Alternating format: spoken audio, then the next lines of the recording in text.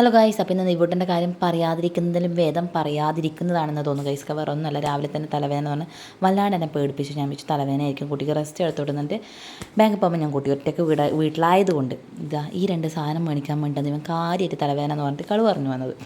അങ്ങനെ ഇത് മേടിച്ചു കൊടുത്തു. എപ്പം അങ്ങ് കൂടുമ്പോൾ വാങ്ങിച്ചതല്ലേ എന്ന് കരുതി ഞാൻ ക്ഷമിച്ചു കേട്ടോ ഗൈസ്.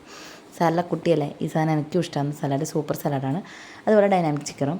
അങ്ങനെ അതെല്ലാം കഴിച്ച് ഞങ്ങൾ പുറത്തിറങ്ങുമ്പോൾ കണ്ട കാര്യമാണ് കേട്ടോ ഇത്.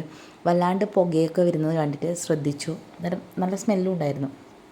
നല്ലതല്ല, നല്ലൊരു പ്ലാസ്റ്റിക് കത്തുമ്പോഴത്തെ സ്മെല്ലൊക്കെ ഉണ്ടായിരുന്നു. അപ്പോഴാണ് ഇതിങ്ങനെ കാണുന്നത്. ഫയർഫോഴ്സ് ആകെ ഒരു വണ്ടിയെ ഞാൻ കാണുമ്പോൾ വന്നിട്ടുണ്ടായിരുന്നില്ല. ഭയങ്കര പുക മുകളിലോട്ട് ഇങ്ങനെ പോകുന്നുണ്ട്. ഈ ഒരു ഇതിൽ ബിൽഡിങ്ങിൽ നമുക്കറിയാവുന്ന കുറേ ആൾക്കാരുടെ കടകളുണ്ട്.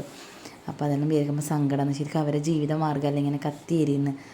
ഒരുപാട് ആൾക്കാരിങ്ങനെ തങ്ങി നിൽക്കുന്നു. ബസ്സിനാണെങ്കിൽ പോകാനും പറ്റുന്നില്ല. ബസ്സിന് ഇരുന്നുകൊണ്ടാണ് നമ്മളിത് കാണുന്നത് കേട്ടോ.